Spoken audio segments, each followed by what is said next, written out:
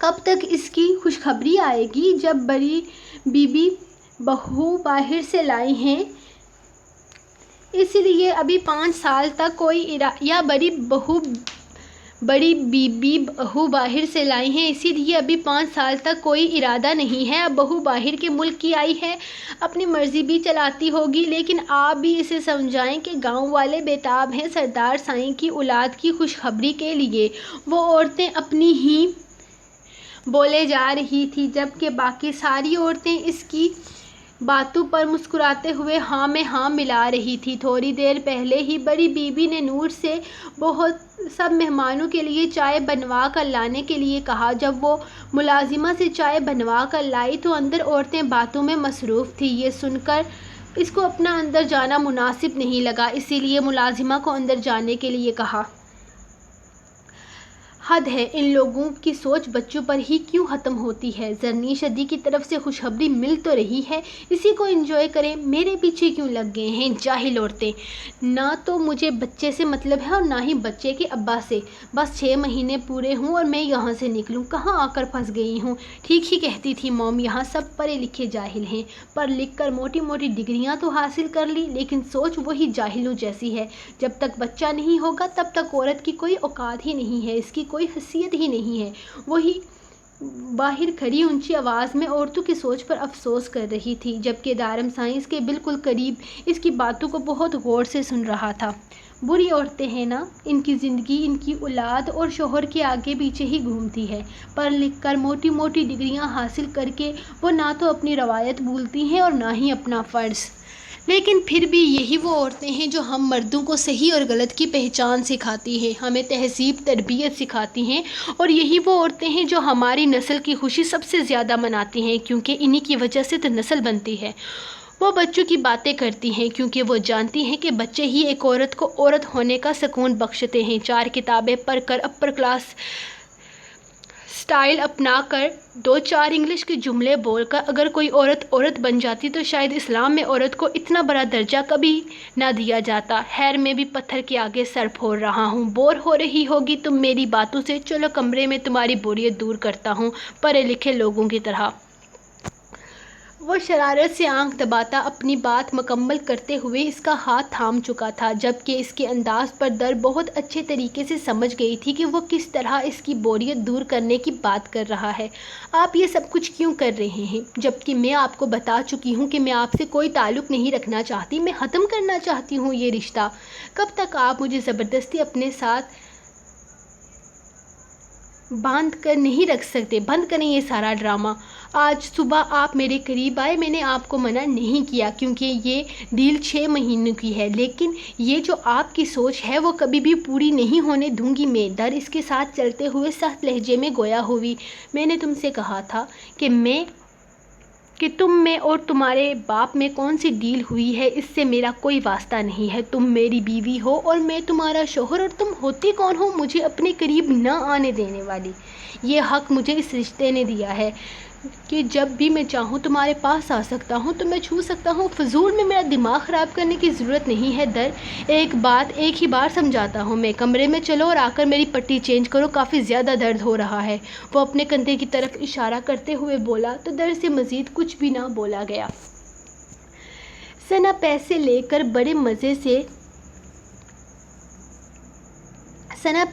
کر بڑے مزے سے اپنے کمرے کی جانب جاتے ہوئے یہ سوچ رہی تھی کہ وہ ان پیسوں کا کیا کرے گی۔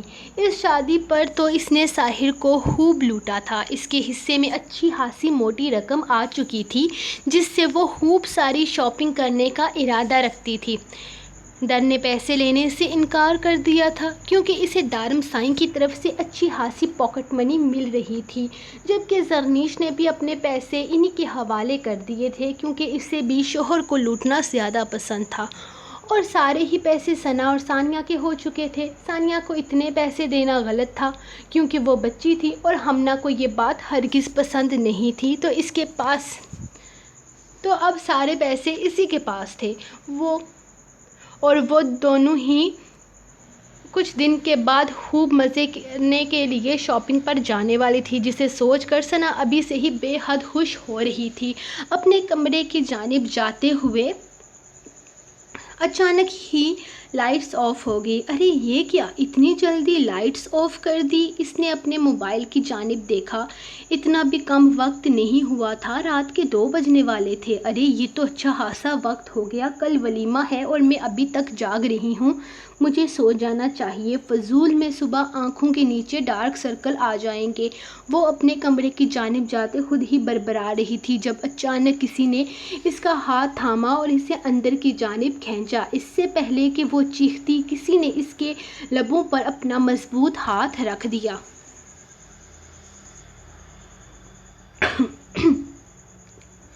مجھے لڑکیاں چیختی چلاتی اچھی لگتی ہیں، لیکن تب جب وہ میرے گانوں پر رقص کرتے ہوئے چیختی چلاتی ہیں، لیکن جب منکوہا چلائے تو کانوں کے پردے پھٹنے کی نوبت بھی آ جاتی ہے۔ چلو کوئی بات نہیں، پردے تو ہم دوبارہ بھی لگوا سکتے ہیں، لیکن اگر کسی کو کانوں کان خبر ہو جائے کہ کچھ گھنٹوں کا معصوم شوہر اپنی ظالم حسین منکوہا سے ملنے کے لیے آدھی رات ہونے کا انتظار کر رہا ہے تو بےعزتی بھی تو ہو سکتی ہے۔ اسی لیے میں تمہیں چیخنے چلانے کی اجازت ہرگز نہیں دینے والا۔ لڑکی اس کے لبوں پر اپنا ہاتھ رکھے وہ اپنی ہی دھن میں بولے جا رہا تھا، جبکہ آرش کی آواز اپنے بے حد قریب سے سنتے ہوئے پہلے تو وہ گھبرا گئی۔ اگر کسی نے اسے آدھی رات کو یہاں دیکھ لیا تو کوئی کیا سوچے گا؟ وہ اوپر سے یہ بے شرم آدمی اس کے کمرے میں آ دھمکا تھا۔ وہ تو شکر ہے کہ ثانیہ آج ہمنا چاچی کے ساتھ ان کے کمرے میں سونے والی تھی، کیونکہ سرمد شاہ رات دیر تک جاگ کر اپنے دوستوں کے ساتھ بیٹھنے کا ارادہ رکھتے تھے۔